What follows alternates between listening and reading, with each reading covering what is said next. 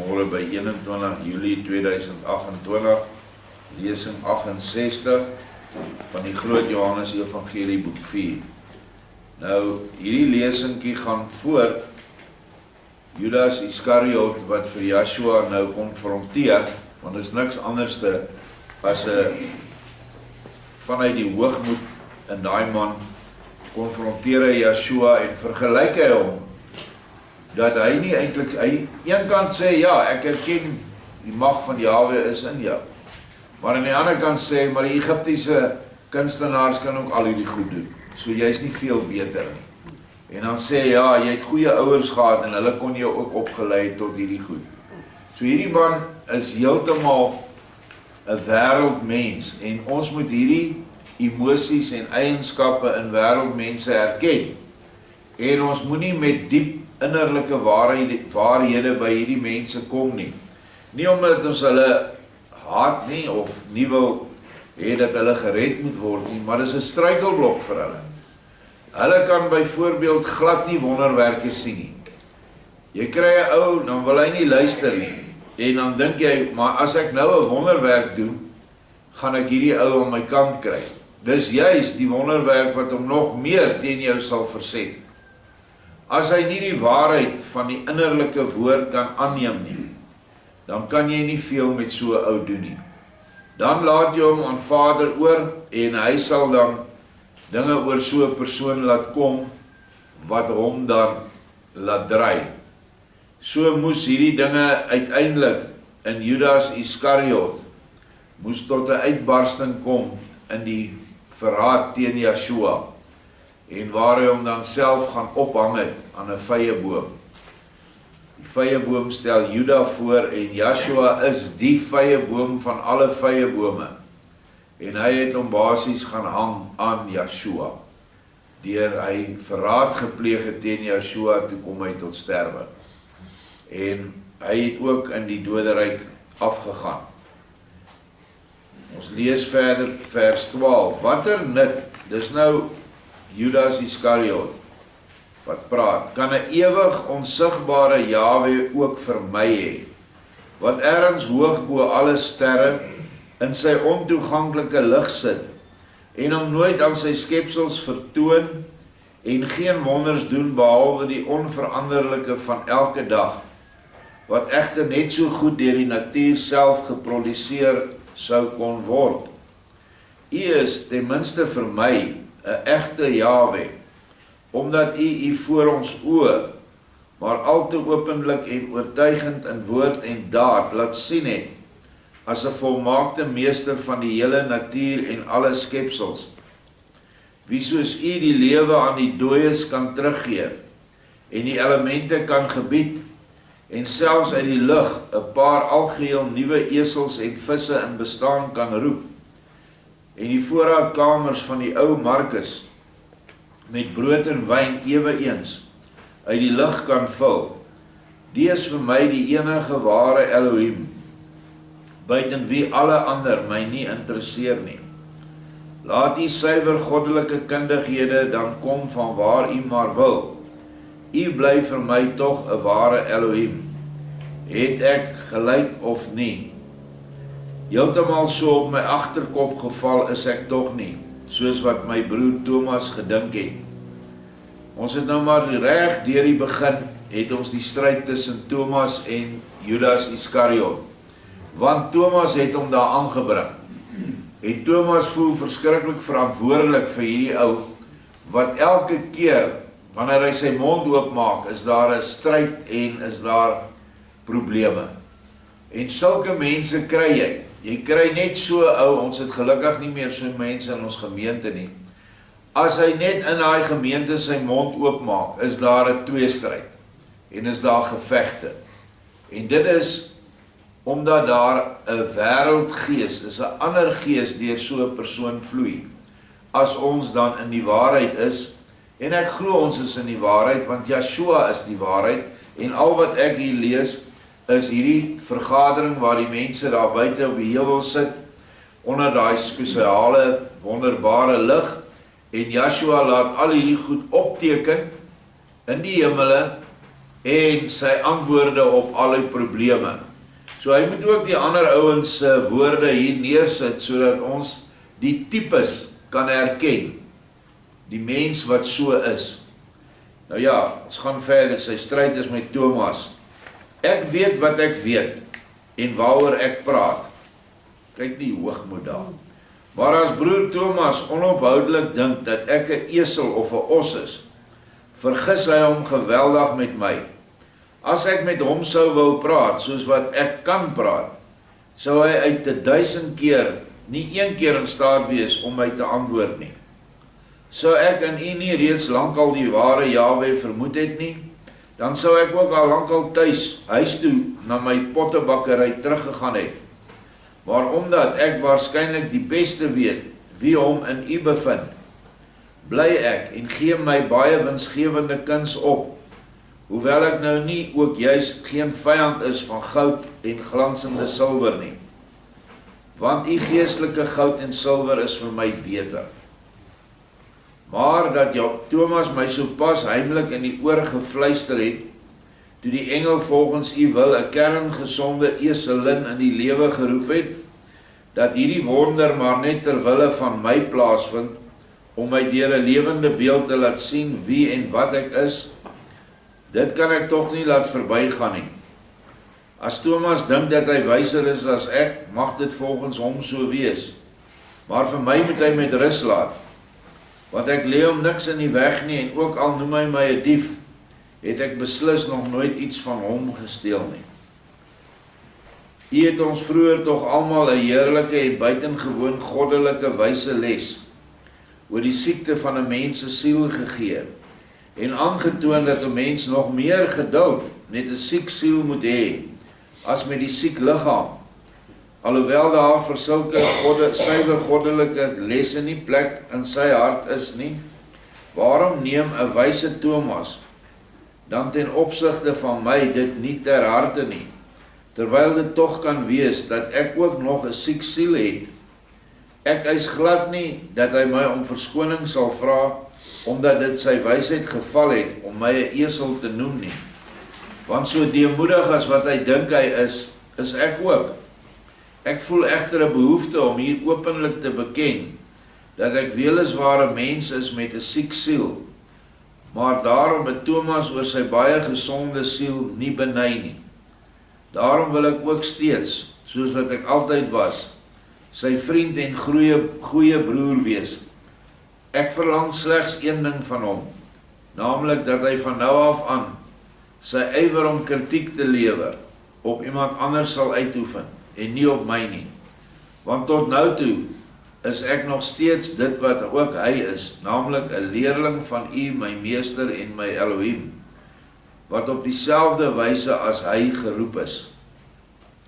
Nou antwoord Joshua, hy sê, dit is weliswaar nie heeltemal prysenswaardig van Thomas, dat hy jou steeds in die versier van sy boog kry nie, maar dit is aan my origens ook bekend, dat jy by die uiteindelike voltooiing van hierdie eselin, wat nog hier voor ons staan, eers 'n heel onvanpaste grap gemaak het, en dit was die eindelike rede waarom Thomas jou ietwat met jou eie woorde geklap het.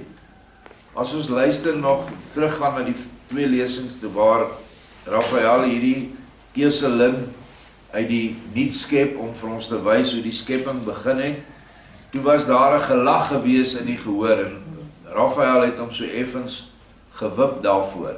En dit was hierdie Judas Iskariot, wat nou met sy wêreldse gedrag dit as 'n grap gesien het.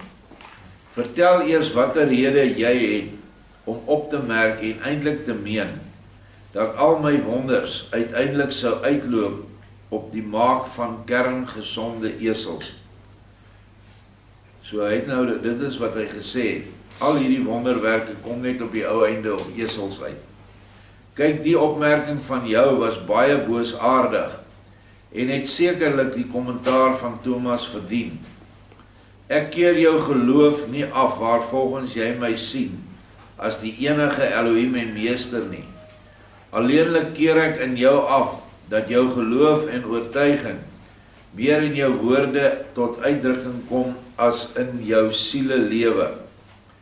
Want in der waarheid beskou jy my tog nog meer as 'n egte oud-Egiptiese wyse en towenaar, wat met alle geheime natuurkragte baie goed bekend is, en wat goed weet hoe hy hierdie kragte moet aanwend, om hulle vir hom te laat werk. Sien jy, dit is so afkeuringswaardig in jou.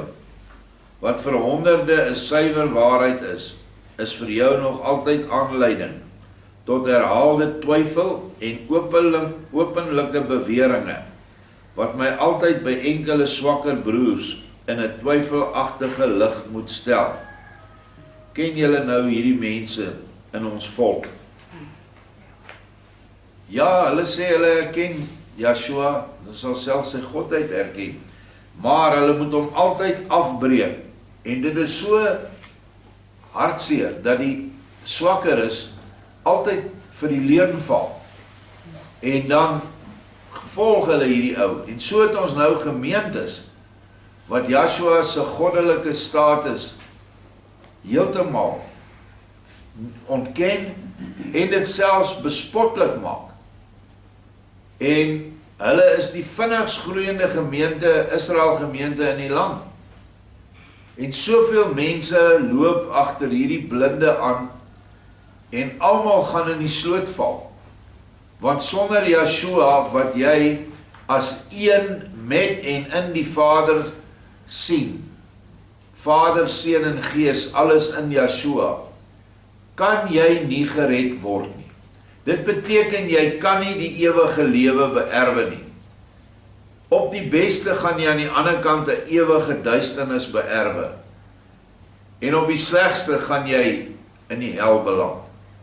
Want daar is niemand wat jou kan red behalwe Yeshua nie. Jy kan jouself nie red nie, en die bedeling van die Sinai verbond is verby. Jy kan jou nie beroep op daai verbond nie, dis afgesluit, afgehandel. Die plek waar al die mense was, van Adam tot voor Yeshua se opstanding, is leeg. Daar is nie meer 'n plek nie. So die enigste plek waar ons nou kan heen gaan, is na die geestesfeer buite hierdie aarde, en die enigste een wat jou daar kan kry is Yeshua, deurdat jy sy liefde uitleef op hierdie aarde en na sy woorde luister. En dan deur dit hom erken en herken as die enigste God, die enigste Elohim.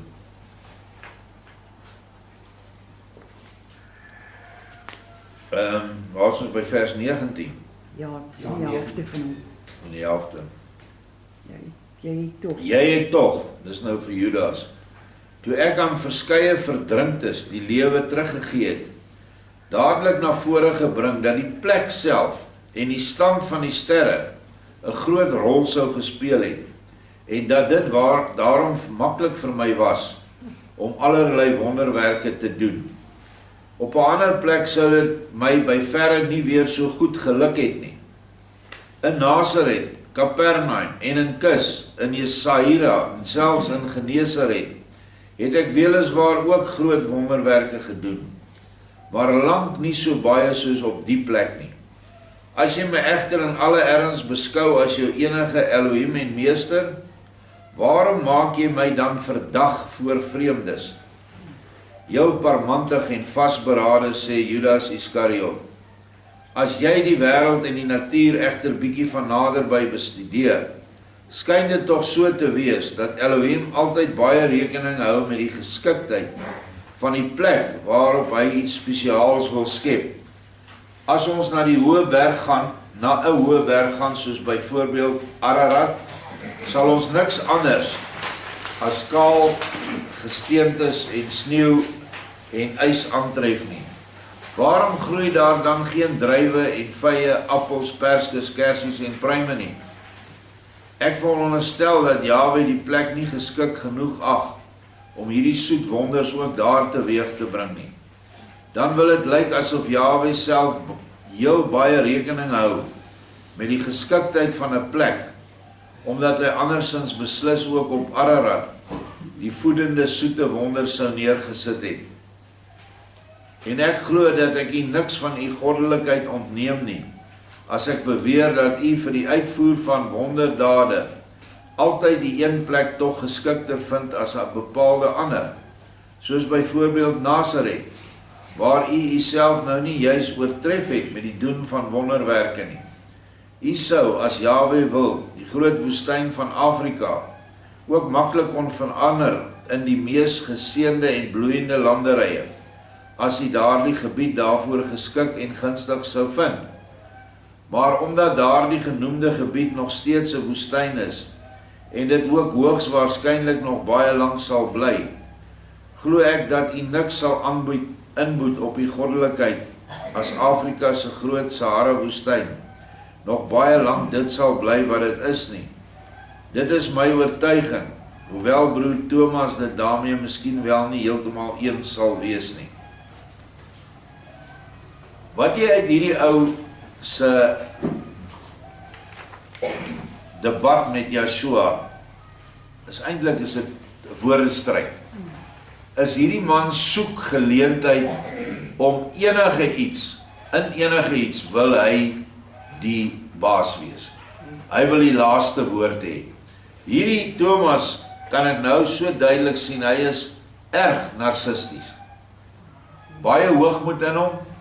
Hy herken die werke voor hom. Hy is die heeltyd saam. Hy dooie sien opwek, al die ander goed, hierdie diere wat uit niks geskep is, om die mense te leer van die almag van Vader, soek hy heeltyd mee fout. Ja, maar omdat dit op hierdie plek is, en dit is, enige mens kan dit doen. Daar's towenaars wat dit kan doen. Jy kan sien dat hierdie man geen liefde vir Yeshua het nie. Hy is nou daar, hy is nou tussen hulle, en nou moet hy heeltyd kritiseer. En dit is ook wat ons kry, is mense wat soveel kritiek kan lewer op hierdie woorde, wat ons vanoggend lees. En hulle weet nie eers eintlik alles wat daarin staan nie. Maar ons word nou geleer om hulle te herken, en wat om te doen en wat om nie te doen nie. So kom ons lees wat sê Yeshua verder. Thomas kom op my wind daar naby staan en sê, wat jy sê sou baie goed gewees het, as jy dit ook in jou hart so sou voel, en as volledig waar sou aanvaar. Maar daarvan is in jou geen spoor te ontdek nie.